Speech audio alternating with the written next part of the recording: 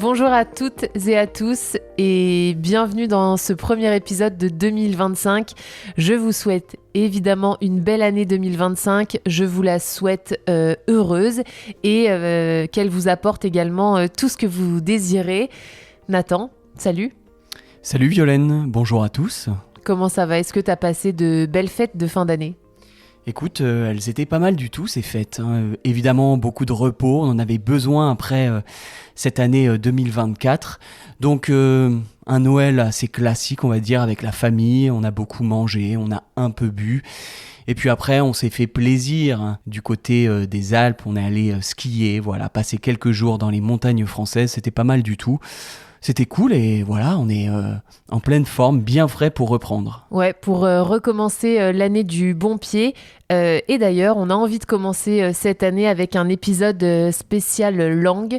On a envie plus précisément de faire un débat entre nous deux sur une chose, les expressions idiomatiques françaises qu'on enseigne aux étudiants alors qu'on les utilise plus vraiment dans la vie quotidienne en 2025. Quand tu dis on enseigne, en tout cas, c'est celles qu'on peut retrouver dans des manuels, qu'on peut lire un peu à droite, à gauche, comme on dit, qu'on voit aussi parfois sur les réseaux sociaux, qu'on voit en ligne dans certaines vidéos. Et tu sais, je pense notamment à quand on voit, ce concept, un peu cette formule, 3 manières de dire ça en français. Et puis on entend des expressions. Et c'est là où on se dit, mais parfois on les enseigne, certaines personnes peut-être les enseignent, ou dans des manuels on continue à les lire. Mais en fait, est-ce qu'on les dit vraiment, nous les Français, nous les natifs en 2025 maintenant ? C'est ça, ouais, on entend beaucoup de choses pas forcément actuelles et parfois pour créer du contenu sur les réseaux, chercher plein de manières de dire une chose, et les professeurs vont déterrer un peu des expressions trop anciennes ou en tout cas désuètes. Déterrer, donc sortir de terre, les mettre en avant. Comme tu le dis, en fait, est-ce qu'on les utilise vraiment ? Donc c'est ça l'idée un peu, je pense, de cette conversation, c'est d'essayer de donner des expressions que peut-être vous qui nous écoutez, vous connaissez, peut-être aussi de les expliquer parce que c'est bien de les connaître, et puis de donner des équivalents, de dire comment aujourd'hui on les dit vraiment. Et Exactement. parfois, il y a des grosses différences.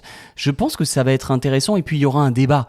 Parce qu'il y a certaines expressions, je ne sais même pas, moi, quand je réfléchis, si on les dit encore, si c'est un peu ringard, si c'est un peu démodé, si c'est complètement désuet, donc démodé.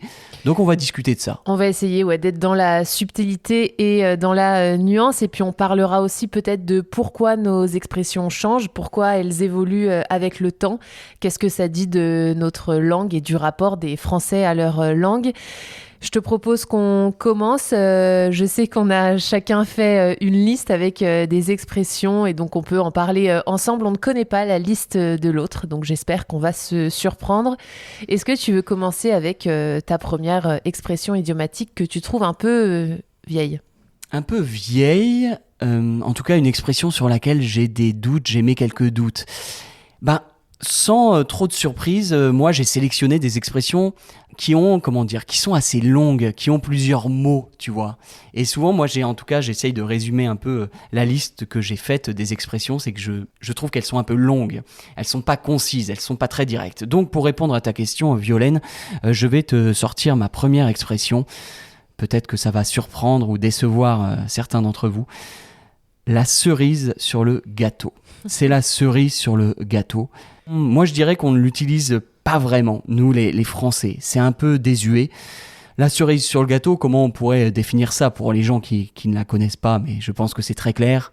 La cerise sur le gâteau, c'est quand on additionne quelque chose à une situation. Ça peut être négatif ou positif. Peut-être qu'on peut donner un exemple pour que ce soit plus clair pour les étudiants ? Par exemple, très clair. J'ai passé une très bonne journée, par exemple, j'ai eu mon examen de langue, et cerise sur le gâteau, je suis allé dans un très bon resto et j'ai fait une belle rencontre, quoi. Moi, j'ai l'impression que je l'entends, en fait, surtout que je la lis dans les manuels, que je l'entends chez certains, créateurs de contenu de langue. Et même nous, on pourrait très bien tomber un peu dans le piège de l'enseigner parce que c'est très clair, l'image est claire et puis beaucoup de gens la connaissent. Mais nous, les natifs, Clairement, si tu vas dans la rue, tu rencontres d'autres Français, si tu parles un peu, tu ne vas pas dire ça, je pense pas. Je vais pas dire la cerise sur le gâteau, je vais dire oh, le bonus ou le petit plus, le petit plus. Oh, bah tiens, aujourd'hui, je suis allé au resto, dans un super resto, j'ai passé une super journée et le petit plus, oh, le truc en plus aussi. Enfin, il y a plein de manières de le dire, mais ce sera toujours plus court et il n'y aura pas cette expression de cerise sur le gâteau. Je sais pas ce que t'en penses. Ouais, je suis assez d'accord. Enfin, en tout cas, moi, je l'utilise pas trop et ça, voilà, nous, dans notre milieu, on va dire, socio-culturel et même dans le milieu socio-culturel général des Français, je crois que ça correspond plus à notre réalité. On va moins l'utiliser. Je pensais à une alternative pour 2 points, pour couronner le tout.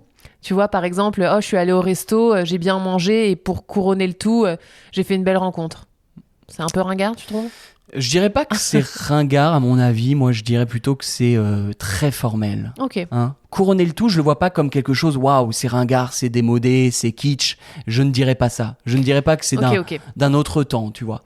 Oui, sinon on peut juste dire et en plus, et de plus, et petit bonus, Ouais. voilà. Je te rejoins sur les expressions idiomatiques liées à la nourriture, hein, parce que là il y a donc cerise sur le gâteau. Je vais donner d'autres exemples, mais je pense que si ces expressions deviennent peut-être un peu désuètes ou sont moins utilisées, je crois qu'elles sont un peu enfantines, en fait. En tout cas, moi, je les trouve assez enfantines et voilà, peut-être plus utilisées par des enfants ou voilà, dans un contexte d'enfance. Est-ce que tu as un exemple ? J'ai d'autres exemples. Je pense notamment à quelque chose que je vois beaucoup sur les réseaux, être une bonne poire. Ok. Voilà, ça c'est un exemple avec une expression qui a de la nourriture dans son expression. Qu'est-ce que ça veut dire ? Être une bonne poire, c'est quand on est trop gentil. Voilà, par exemple, donc c'est pas positif d'être une bonne poire en général. On va dire, oh, lui c'est vraiment une bonne poire, il fait tout pour les autres et il reçoit rien en retour. Ça, on ne le dit plus trop, donc. Je trouve. Le problème avec ces expressions que je trouve un peu enfantines, je les trouve un peu pas assez directes. En fait. Et maintenant, je pense qu'on s'encombre moins d'images et on va dire plus directement les choses, comme quand tu dis de plus au lieu de la cerise sur le gâteau. Et toujours dans cette idée, peut-être de fruits, de légumes, je pense à l'expression qui est pour moi ultra ringarde, vraiment très dépassée. C'est l'expression qui est « c'est la fin des haricots ». C'est la fin des haricots. Donc là aussi, c'est une expression pour moi de grand-mère, comme on dit, parce que en fait, ça ramène à un temps qui est révolu, qui est dépassé, aussi dans l'imaginaire au monde rural, à la campagne. C'est la fin des haricots, on pense à une époque où l'alimentation de base, c'était le haricot. Et donc, quand on disait c'est la fin des haricots, ça voulait dire tout simplement c'est foutu, c'est fini, c'est la fin. Et c'est vrai qu'aujourd'hui, pour la plupart des gens, ça ne parle plus, on vit dans des sociétés très urbanisées, dans les villes, et donc ça ne parle plus, en tout cas, aux jeunes qui ont 20 ans aujourd'hui et les Français, mais même nous, tous les deux, on a plus de 30 ans, et c'est la fin des haricots, déjà, ça nous fait penser vraiment, même pas à la génération de nos parents, ça nous fait penser à la génération de nos grands-parents, nos arrière-grands-parents. T'es d'accord ? Ouais, je suis complètement d'accord. En fait, nos réalités changent et donc nos expressions, par conséquent, vont changer. Peut-être une alternative sur être une bonne poire et peut-être sur la fin des haricots aussi. Être une bonne poire, en fait, on va le dire plus directement. On va pas dire « Oh, c'est une bonne poire ». On va dire « Il est trop gentil, il est trop naïf ». Il se laisse marcher dessus, à la limite, ce qui là est vraiment très imagé et ne fait pas appel à un aliment pour avoir du sens. Je pensais à ça comme alternative. Est-ce que tu peux nous donner une alternative à la fin des haricots ? C'est la fin des haricots, moi je dirais tout simplement, alors c'est français parlé, c'est très français parlé, mais je dirais quelque chose comme, c'est mort, c'est foutu. Ouais. Alors c'est toujours, il y a une frontière assez légère entre le français standard et le français familier. D'ailleurs, on utilise de plus en plus dans nos conversations quotidiennes le français familier. Donc, je crois qu'aujourd'hui, l'équivalent exact, ce serait c'est foutu. Et même, j'entends de plus en plus chez les jeunes aujourd'hui, qui ont 18, 20 ans, c'est dead. C'est mort en fait, mais c'est dead avec le mot anglais évidemment, pour plein de raisons. On sait aussi que les anglicismes, que les mots anglais, que la culture qui est très américaine ou en tout cas internationale aujourd'hui chez les Français, chez les jeunes, bah forcément que ça entre dans le langage courant. Mais comme tu as dit, je crois aussi que, on l'a vu là avec nos exemples plus modernes, nos équivalents, c'est que c'est beaucoup plus direct, plus percutant. Et je crois même aussi que maintenant, on met moins l'accent sur les images, même si ce que je dis est à nuancer. Hein. Parfois, on continue d'avoir une langue très imagée, mais je crois que ce qui caractérise beaucoup la langue française et les Français, c'est l'exagération. Et donc, au lieu d'avoir recours à plein d'images, on va plutôt avoir recours à une surexagération. Pour la fin des haricots, je pensais à c'est la fin des haricots. Maintenant, on dirait oh là là, mais c'est la fin du monde, c'est la cata, c'est la catastrophe. Et voilà, on fait plus appel à une exagération. C'est ce qui nous fait plus rire en tout cas, et ce qui nous permet parfois de plus marquer notre point.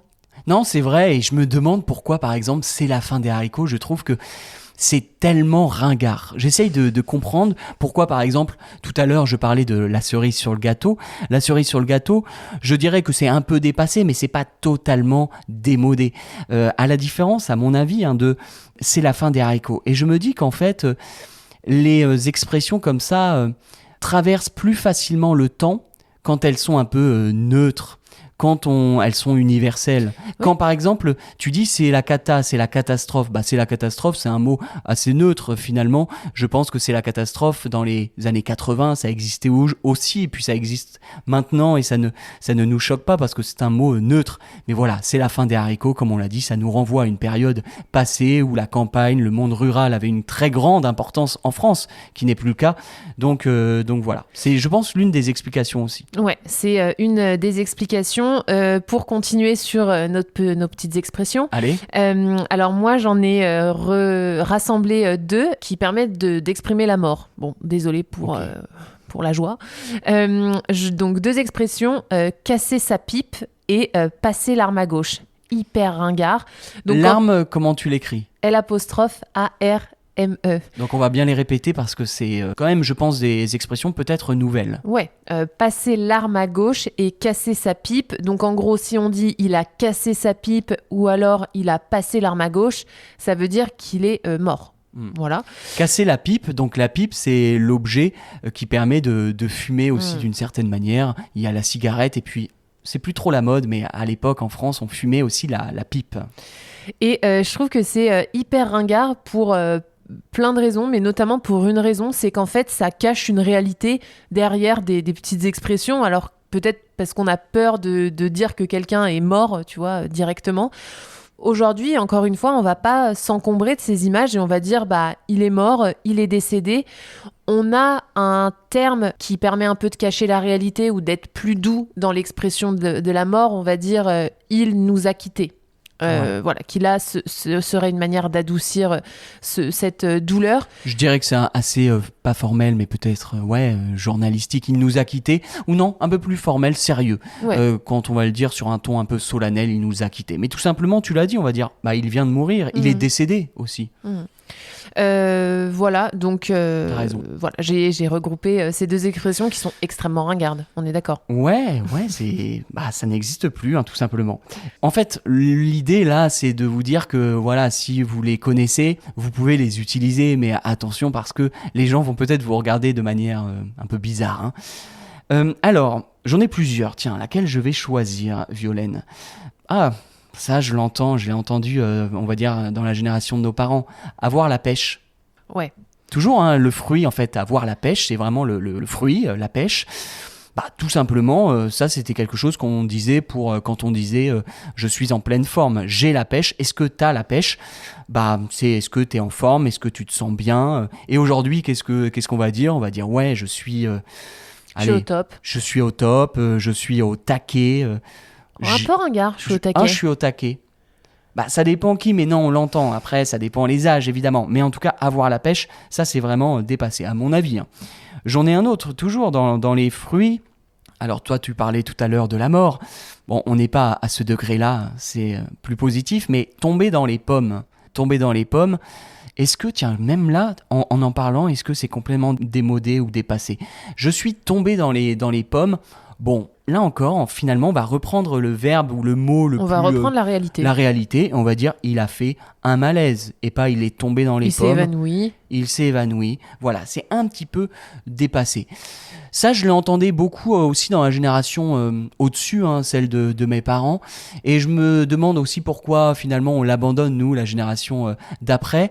Et je crois que tout bonnement, tout simplement, on essaye de se démarquer de la génération de nos parents. On veut pas parler comme eux. Et finalement, quand on a des références, nos parents, ils avaient peut-être vu des films, ils avaient entendu des chansons dans lesquelles on disait ça, il est tombé dans les pommes. Et donc, eux, dans les années 80, les années 90, ils ont repris ces expressions. Nous, comment c'est classique, on veut se démarquer, on ne veut pas parler comme nos parents, on trouve que voilà, ils ne sont pas assez peut-être branchés ou je sais pas, et on va se démarquer et on va dire autre chose alors que tomber dans les pommes. Tout à l'heure, on parlait d'expressions longues. Tomber dans les pommes, ça va, c'est court, c'est percutant, c'est assez visuel, c'est joli. Mais non, on l'a abandonné, nous, la génération des années 2000, 2010, 2020. Mais je crois que tu soulignes quelque chose de hyper intéressant, c'est vraiment le fait que les nouvelles générations en fait veulent créer leurs propres expressions avec leurs propres images. Et ensuite, il y a un phénomène de contagion où les expressions vont être plus ou moins reprises à l'échelle nationale, par exemple, notamment avec les réseaux sociaux qui permet en fait ce phénomène de contagion. Et parfois, il y a des expressions qui sortent de nulle part et qui vont s'installer un peu dans notre quotidien. C'est aussi pour ça que nous, on fait extrêmement attention à tout ce qui se dit sur les réseaux. On fait énormément de veille. Et bon, avant de parler des nouvelles expressions, on attend qu'elles deviennent un peu des tendances. Mais c'est vrai que je pense que dans l'affirmation de l'identité, se détacher des anciennes expressions pour créer les nôtres, c'est un point hyper important. Et tu parlais des réseaux sociaux. Et c'est intéressant parce que toi comme moi, on traîne un peu sur les réseaux. Et j'étais hier sur un réseau social assez nouveau qui s'appelle TikTok. Et je me perdais sur certains comptes. C'était pas vraiment intéressant, mais puis moi, j'aime bien parfois participer aussi. Quand il y a des débats, quand on échange sur plusieurs sujets, c'est souvent lié à l'actualité par exemple, je peux répondre à des questions. Et là, hier, j'ai essayé d'écrire un message, tu vois. Et quand tu participes au live, au direct sur le réseau social, on peut commenter. En fait, on te limite le nombre de mots. Je crois que c'est 2 ou 3 lignes maximum, c'est rien. Donc, pour faire passer un message, pour t'exprimer, t'as pas le temps d'utiliser une expression qui va faire 6 ou 7 mots. Et c'est aussi les réseaux sociaux qui ont permis qu'on raccourcisse, qu'on rende la langue plus directe, je pense. Et j'ai en tête une expression, par exemple, très classique française, casser le sucre sur le dos de quelqu'un. Casser du sucre. J'ai dit quoi ? Casser le sucre. Mais on dirait plus casser du sucre sur le dos de quelqu'un. On prend le sucre, on le casse sur le dos de quelqu'un. C'est une très longue expression finalement pour dire une seule chose. Critiquer, voilà. Donc, sur TikTok, j'ai pas le temps d'écrire ça et je vais dire plutôt critiquer. Français parlé, plus familier, tailler. On taille quelqu'un, on critique quelqu'un. À l'époque, on disait on casse du sucre sur le dos de quelqu'un. Totalement d'accord avec toi. Tout ce qu'on dit, je le répète, sera dans la transcription. Si vous voulez le détail, comment ça s'écrit, tout est dans la description qui est disponible gratuitement sur notre site internet. Je dis ça parce qu'on enchaîne beaucoup d'expressions et ça peut être un peu frustrant ou difficile à suivre. Est-ce que tu as une autre expression que tu juges très ringarde, que toi tu n'utilises pas ? Ouais, et j'ai encore regroupé par thème. J'ai 2 expressions sur le thème de la vérité. Je pense à 2 expressions en particulier qui veulent dire 2 choses différentes. La première, c'est raconter des salades et la seconde, c'est avaler des couleuvres. Raconter des salades, ça veut dire raconter des mensonges. Par exemple, si quelqu'un raconte des salades, ça veut dire qu'il ment, tout simplement. Et si en face, vous avalez ces couleuvres, donc les couleuvres qui sont un petit serpent inoffensif. Si vous avalez ces couleuvres, eh bien, ça veut dire que vous croyez ce qu'il dit. Alors, je pense dans la continuité de tout ce qu'on dit depuis le début, on est maintenant plus dans la réalité, plus dans le direct, plus dans l'impact. Donc ça, on trouve que c'est presque trop enfantin, ou en tout cas, ça ne permet pas d'exprimer assez fort le sentiment qu'on veut exprimer. Raconter des salades, c'est presque trop gentil, tu vois, pour dire que quelqu'un ment. On va dire, il ment, c'est un mytho, il raconte des mythos, voilà, comment on le dirait actuellement en français parlé en 2025. T'as raison, on utiliserait le verbe mitonner qui est encore une fois très concis, court et efficace. Quand on dit mitonner, c'est plus péjoratif aussi. Raconter des salades, comme tu dis, on a l'impression que c'est un enfant et c'est peut-être plus... on parle d'un enfant, un enfant qui va mentir, c'est pas méchant, c'est sympathique, on va dire « oh, il raconte des salades ». Et quand je parlais de l'exagération qui est omniprésente dans notre langue aujourd'hui, mitonner, c'est quand même à la base, la mythomanie, c'est une maladie, voilà. Et nous, on l'utilise pour parler de quelque chose de quotidien, enfin quotidien ou pas, mais le mensonge, pareil, avaler les couleuvres de quelqu'un, on dirait, je sais pas, gober les conneries, gober ce qu'il raconte, croire tout ce que tu racontes, voilà. Et gober, alors c'est difficile un peu à expliquer, mais c'est un verbe, quand on gobe, c'est quand on mange par exemple quelque chose et qu'on ne va même pas le mâcher, on va le gober et donc il va entrer directement dans notre trachée, dans notre gorge, dans notre œsophage et il va, voilà, je ne suis pas spécialiste du corps humain, mais en gros, il va entrer directement dans notre corps. Gober, c'est très rapide, c'est vif, mais voilà, c'est direct, c'est toujours dans le même contexte. On parle des jeunes qui parlent plus rapidement. J'ai une autre expression, moi, que je trouve vraiment très, très dépassée. Si tu me dis ça, ça va passer. J'exagère un peu, mais bon, c'est pas très réaliste. Il fait un froid de canard. Quand il fait très, très froid, est-ce que tu vas dire « oh, il fait un froid de canard ». Non. Non, c'est bizarre. Et tu le dirais comment, toi ? Bah moi, encore une fois, plus direct, plus court, je dirais « ça caille ». Le verbe « cailler », qui est français familier, évidemment, ça caille, mais tout simplement, il fait froid, il fait très froid, il fait très très froid. Beaucoup de Français aujourd'hui, français parlés, disent « il fait très très froid ». Très, c'est très classique, on le dit nous aussi. Il fait un froid de ouf, pour dire un froid de fou. Vous savez aussi que le verlan est entré dans notre langage quand on inverse comme ça les syllabes. À la place d'utiliser une expression, on va préférer utiliser un seul mot en verlan qui sera donc très court. Ou alors, toujours dans l'exagération, on dit souvent « oh là là, mais il fait moins 15 ». Sous-entendu, il fait moins 15 degrés. En général, il fait pas du tout moins 15 degrés. Quand on a très froid, il fait peut-être 0, tu vois, quand je le dis. Mais ouais. J'exagère pour marquer mon propos et quand même faire rire, même si j'utilise pas l'expression un froid de canard. T'as raison. Et toujours dans cette optique d'exagération, quand il fait très très froid, on va dire « je meurs de froid ». Donc là, il y a ce message. Et il fait un froid de canard, c'est presque trop long et très fatigant à dire. J'ai d'autres expressions, je sais pas si on a le temps. Si. Ouais, ok. J'ai envie d'en dire une en particulier, c'est pas tes oignons. Voilà, qu'on utilisait peut-être, que c'est assez enfantin encore, toujours lié à la nourriture. Quand on dit c'est pas tes oignons, ça veut dire que vous ne devez pas vous intéresser à cette histoire. Par exemple, quelqu'un vous demande « oh, t'as quel âge ? Tu fais quoi dans la vie ?» par exemple. Sympa, mais vous n'avez pas envie de répondre. Vous pouvez dire « oh, c'est pas tes oignons. Ne t'en occupe pas. » En gros. Pareil, maintenant, on va être vraiment plus dans le direct, l'attaque plus frontale, et on va dire « bah, ça te regarde pas », ou alors « de quoi tu te mêles ?» Voilà, se mêler de quelque chose, c'est s'intéresser à quelque chose. Donc voilà, de quoi tu te mêles, ou alors « ça te regarde pas ». C'est plus frontal, c'est un peu plus agressif, mais au moins, votre point est marqué et la personne comprend, alors que « c'est pas tes oignons » est vraiment très gentil. Ouais, je suis d'accord avec toi et je pensais à quelque chose.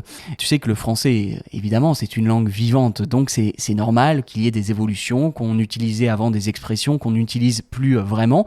Peut-être qu'elles reviendront, ces expressions, un jour ou l'autre, on ne sait pas.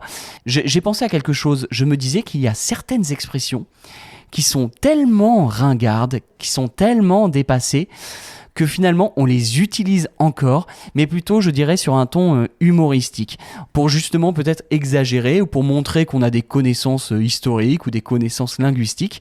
Je parle nous les natifs, pas en tant que prof. Et donc ça va permettre à ces expressions qui sont tellement dépassées d'exister encore dans notre langage. Ok, c'est sur un ton humoristique voire ironique, mais elles existent et elles continuent à vivre. C'est très très vrai. Si vous n'êtes pas sûr qu'une expression est actuelle ou pas, on vous conseille de l'utiliser, mais avec un peu une pointe d'ironie ou voilà, au second degré, et ça passe toujours.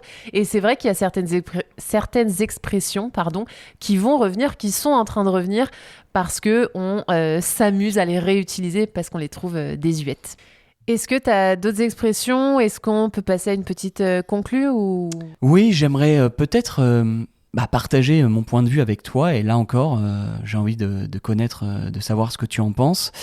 J'ai l'impression que les expressions françaises, les expressions on utilisait il y a 10 ans, et dont on avait l'impression qu'elles étaient très novatrices, totalement modernes et nouvelles, certaines deviennent déjà ringardes. Et j'ai l'impression peut-être qu'avec, encore une fois, l'ère d'Internet et des réseaux sociaux, que tout va plus vite et qu'une expression qui était moderne il y a 10 ans, même nouvelle, est chassée par une nouvelle expression qui arrive, encore une fois, à cause d'un film, d'une série, à cause d'une nouvelle tendance sur les réseaux. Ou même à cause ou grâce à la créativité des jeunes Français. Et évidemment, pour nous, c'est pas forcément hyper intéressant de vous dire toutes les nouvelles expressions à la mode, puisque, comme je l'ai déjà dit, c'est pas forcément des tendances. On n'a pas assez de recul pour dire que c'est des tendances. Mais ce qu'on peut vous dire, c'est qu'il y a énormément d'expressions qui sont liées à des anglicismes. Tu as dit dead, le mot dead, le verbe dead, donc mourir, qu'on utilise à toutes les sauces en français et qui fait une entrée un peu fracassante dans le quotidien des jeunes. Donc oui, les expressions changent, elles s'adaptent à la nouvelle réalité de notre pays en fait finalement. Quand je te parlais d'une expression, j'en ai une en tête que je pourrais trouver presque, alors pas démodée encore, mais j'ai envie de dire que c'est peut-être le début de la fin de cette expression. C'est, alors tu vas me donner ton avis parce que là encore c'est subjectif, mais je l'entends un peu moins qu'il y a 5 ou 10 ans. C'est l'expression « c'est stylé ». C'est stylé, j'ai l'impression que c'était à la pointe de la mode, de la modernité, on va dire, dans le nouveau langage des Français, il y a 10 ans peut-être, et que petit à petit, je suis pas sûr qu'aujourd'hui, les gens qui ont 18 ou 20 ans disent c'est stylé comme nous on le dit ou comme nous on le disait.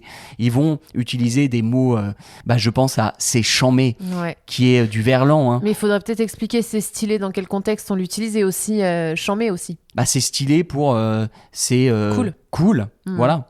Et c'est vrai que c'est cool, mot anglais encore une fois, qui là traverse, je trouve, un peu les époques, hein, les années, les décennies depuis quelques temps. Mais voilà, de plus en plus d'expressions nouvelles n'arrivent pas à s'installer dans le temps.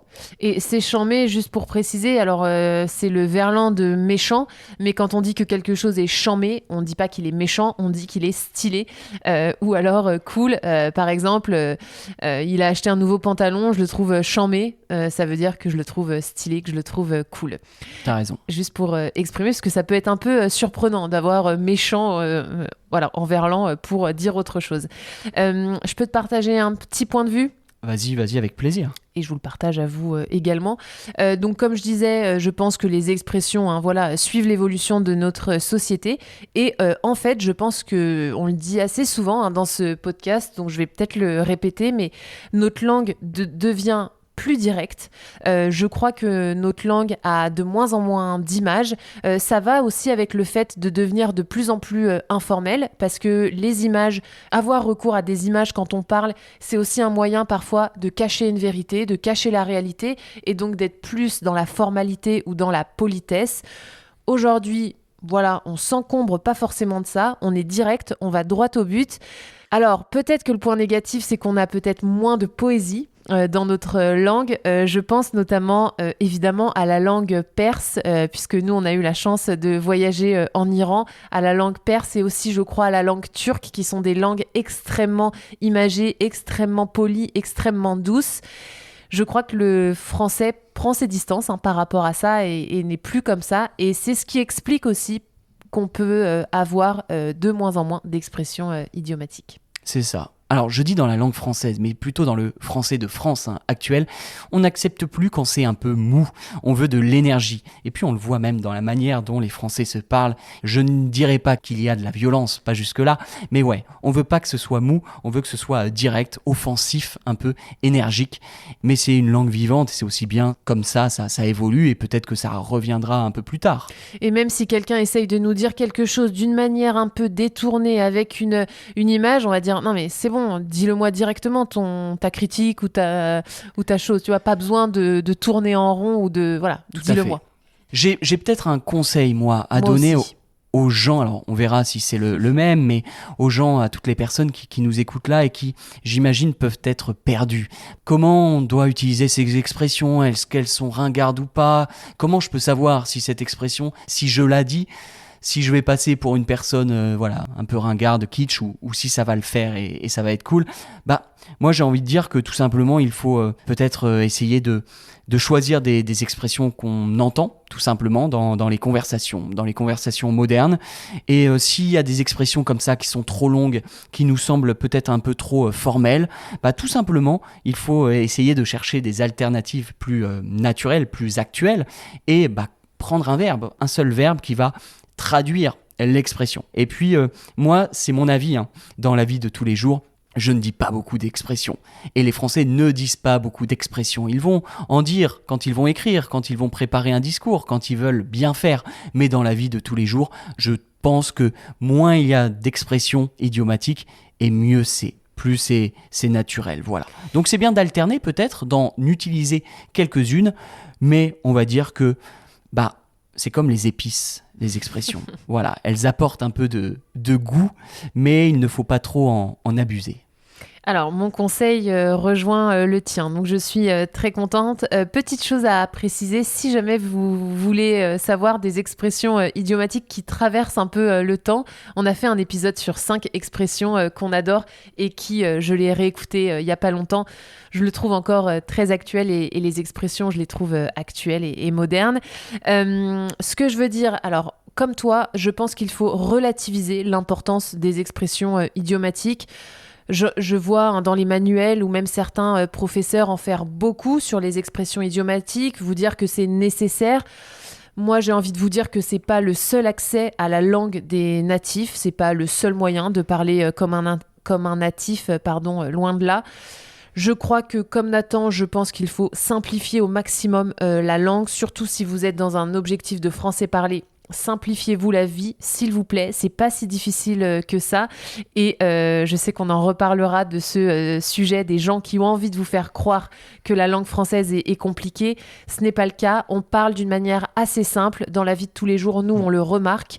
On ne se complique pas la vie, donc ne compliquez pas la vôtre. Non. Tu as tout dit, mais j'ai quand même envie de savoir maintenant quelles sont les expressions françaises démodées que vous préférez, que vous utilisez. Parce que c'est finalement peut-être facile de se douter qu'il y a certaines expressions qu'on connaît et qui ne sont pas très actuelles. Donc, dites-nous quelles sont celles que vous maîtrisez, quelles sont celles que vous adorez, Et puis aussi, si vous avez un doute sur une expression, n'hésitez pas, écrivez-nous, commentez, et puis on vous répondra, on vous dira si c'est moderne ou pas. Évidemment, et puis je crois que c'est le moment pour nous de vous dire au revoir. Merci beaucoup de nous avoir écoutés pour ce premier épisode de 2025. On est très content de commencer l'année avec vous. L'objectif de ce numéro, c'était de vous dire que tout n'est pas si compliqué. On espère que c'était clair, on espère que ça vous a apporté plein d'informations et plein de clés pour vos prochaines interactions avec des natifs. Et puis, on se dit à dans 2 semaines. Ouais, et puis on peut quand même souhaiter la bonne année. C'est le début de la nouvelle année 2025, donc meilleurs vœux, comme on dit. Voilà, très bonne année à tous. Ciao.